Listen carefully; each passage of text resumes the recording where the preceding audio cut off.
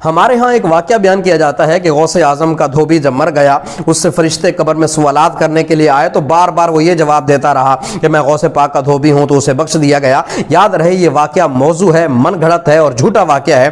اس کے متعلق جو ہے وہ فقیہ ملت مفتی جلال الدین رحمۃ اللہ تعالی علیہ فرماتے ہیں کہ یہ روایت بے اصل ہے، اس کا بیان کرنا صحیح نہیں ہے، لہذا جس نے یہ بیان کیا وہ اس سے رجوع کرے اور آئندہ یہ روایت بیان نہ کرنے کا پکا عہد کرے۔ فرمایا ہمیں پوچھو، اس نے کہا کہ بچپن میں ایک بار بچوں سے آپ آنکھ مچولی کھیلے تھے۔ یہ بچے چھپنا چھپنا کھیلتے ہیں نا، پھر باری باری سب جو ہے وہ ڈھونڈتے ہیں، تو بیٹا آپ کھیلے تھے بچوں کے ساتھ، جس کو ہائیڈ اینڈ سیک کہتے ہیں، چھپنا چھپنا، تو بیٹا آپ کھیلے تھے بچوں کے ساتھ، تو جو بچہ چھپتا تھا آپ ڈھونڈنے کے لیے سیدھے اس کے سر پہ پہنچ جاتے ہیں۔ آپ سے تو کوئی نہیں چھپ سکا تھا۔ وہ بچپن کی بات پوچھ رہی، کہنے لگی بیٹا عبد القادر پھر آپ نے کہا تھا ساتھیوں اب میں چھپتا ہوں، مجھے ڈھونڈنا۔ تو بیٹا عبد القادر آپ کہیں چھپنے نہیں گئے تھے، آپ نے صرف حضور کا نام لیا تھا، درود پڑھا تھا، اور آپ غائب ہو گئے تھے، اور ہم ڈھونڈ ڈھونڈ کے تھک گئے تھے، آپ نہیں ملے تھے، پھر اچانک آ گئے تو میں مصروف ہو گئی، میں پوچھ نہ سکی، بیٹا بتاؤ بچپن میں کہاں چھپ گئے تھے؟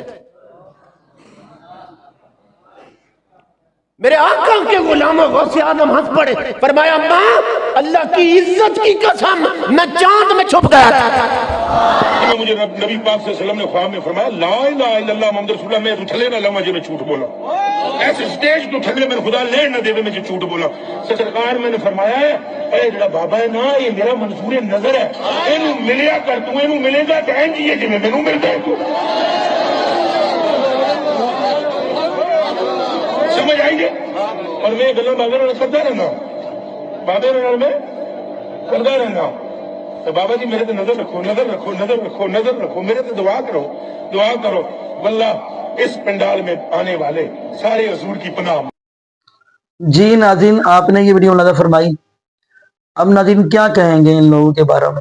یہ وہ لوگ ہیں جنہوں نے عوام الناس کے اندر، قوم کے اندر شرک پھیلانے کی بھی انتہا کر دی اور بدعات پھیلانے کی بھی انتہا کر دی۔ استغفر اللہ، معاذ اللہ۔ اگلی بات ہم کرتے چلے، دو چیزیں بڑی ہی اہم ہیں۔ نمبر ایک، بندے کے پاس عقیدہ توحید ہونا چاہیے۔ نمبر دو، عوام الناس کو بدعات سے ہٹا کر نبی پاک صلی اللہ علیہ وسلم کی شریعت پر چلانا چاہیے، حدیث پر چلانا چاہیے۔ لیکن ان کے ہاں استغفر اللہ، معاذ اللہ، اس طبقے کے ہاں شرک کو بھی کچھ نہیں سمجھا جاتا اور بدعات کو بھی کچھ نہیں سمجھا جاتا، کہتے یہ کچھ بھی نہیں ہے، ثواب کا کام ہے۔ استغفر اللہ، معاذ اللہ، اللہ معاف فرما دے۔ شرک جو ہے ناظرین، ہر چیز کی معافی ہو سکتی لیکن شرک کی معافی نہیں ہو سکتی، بلکہ بدعت کی بھی معافی نہیں ہو سکتی۔ شرک، میں مثال دیتا ہوں، آپ اس معاشرے کے اندر کوئی غیرت مند مرد ہو نا، وہ اپنی بیوی کے پاس کسی غیر مرد کو بیٹھنا برداشت نہیں کرے گا، دوسرا شریک برداشت نہیں کرے گا۔ تو ناظرین، وہ رب العالمین کی ذات، رب العالمین نے ہر چیز انسان کے لیے یہ بنا دی، پوری کائنات۔ یہ دیکھیں، انسان ہر چیز اللہ کی کھاتا ہے، پھر اپنا سر غیر اللہ کے در پر جھکا دیتا ہے۔ ہر چیز اللہ کی کھائے، ہر چیز اللہ کی ہنڈائے، لیکن سر اپنا غیر اللہ کے در پر جھکائے تو اللہ رب العالمین کو بھی یہ چیز برداشت نہیں ہے۔ سورہ انعام کا مطالعہ کریں نا، اس کے اندر اللہ رب العالمین نے فرمایا اے انسان تم سے جانور اچھا ہے۔ میں مثال دیتا چلتا ہوں، آپ دیکھیں گے گرمیوں کا موسم جب ہوتا ہے تو گاؤں کے اندر آپ جائیں گے تو لوگ اپنی بھینسوں کو نہلانے کے لیے نا نہر پہ لے کر جاتے ہیں۔ جب وہ اندر چلی جاتی نہانے کے لیے تو مالک کنارے پہ کھڑا ہو کر نا چھوٹے چھوٹے پتھر پھینکتا ہے، اور بھینس کو پتہ چل جاتا ہے کہ میرا مالک کنارے پہ کھڑا ہو کر مجھے آوازیں دے رہا، بلا رہا ہے۔ وہ بھینس گرمی کی اتنی حدت و شدت کے اندر ٹھنڈا پانی چھوڑ دیتی ہے مالک کے اشارے پہ، مالک کے کہنے پہ، کیونکہ اس نے مالک کا کھایا، اب وہ مالک کے پیچھے پیچھے چل رہی ہے، مالک کا کہنا مان رہی ہے۔ اور یہ امت مسلمہ اللہ رب العالمین کا کھا رہی ہے، لیکن اب دیکھیں یہ طبقہ اپنا سر کہاں جھکا رہے آپ کو پتہ ہی ہے. ان کے ہاں تو استغفراللہ معاذ اللہ یہاں تک کہہ دیا جاتا ہے جی جب ہمارے بزرگ زندہ ہوتے ہیں تو کم سنتے ہیں، قبر میں جا کر زیادہ سنتے ہیں. آپ کچھ لوگ کہیں گے یہ کس نے کہا، یہ آپ نے خود ہی سرچ کر لینا مفتی سمر.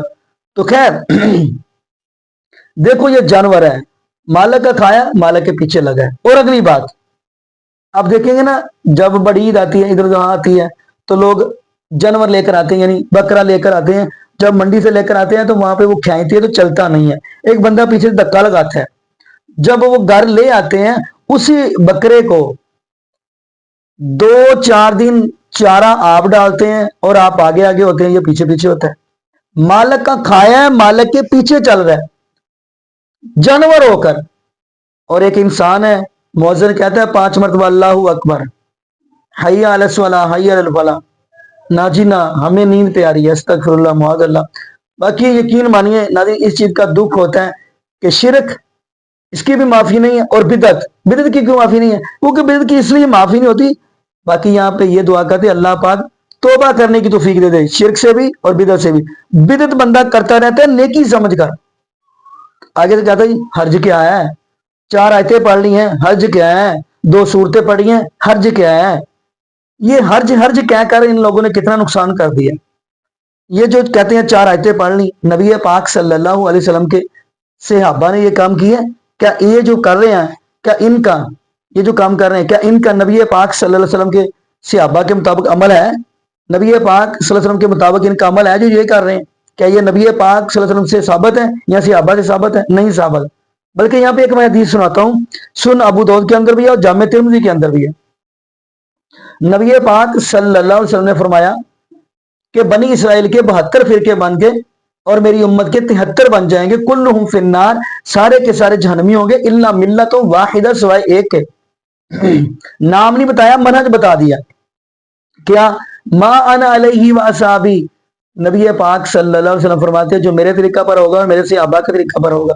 قرآن پاک کی آج یہاں پہ ذہن میں آگی فَإِنْ آمَنُوا بِمِثْلِ مَا آمَنْتُمْ بِهِ فَقَدِ اهْتَدَوْا وَإِنْ تَوَلَّوْا فَإِنَّمَا هُمْ فِي شِقَاقٍ فَسَيَكْفِيكَهُمُ اللَّهُ وَهُوَ السَّمِيعُ الْعَلِيمُ. فرمایا اگر آپ ایمان لانا چاہتے ہیں تو نبی پاک صلی اللہ علیہ وسلم کے صحابہ جیسا لے کر آئیں. باقی ناظرین یہاں پہ ہم دعا کرتے ہیں اللہ پاک ہمیں نبی پاک صلی اللہ علیہ وسلم کی شریعت کے مطابق زندگی گزارنے کی سیکھ دے، اور اللہ پاک ہمیں 5 وقت کا پکڑ سچا نمازی بنا دے. اور جتنے بھی بے اولاد جوڑے ہیں اللہ پاک سب کو نیک اور زندہ صحت تندرستی والی، ایمان والی، لمبی زندگی والی اولاد عطا فرما دے. جزاکم اللہ خیرا، احسن الجزاء. السلام علیکم ورحمۃ اللہ وبرکاتہ.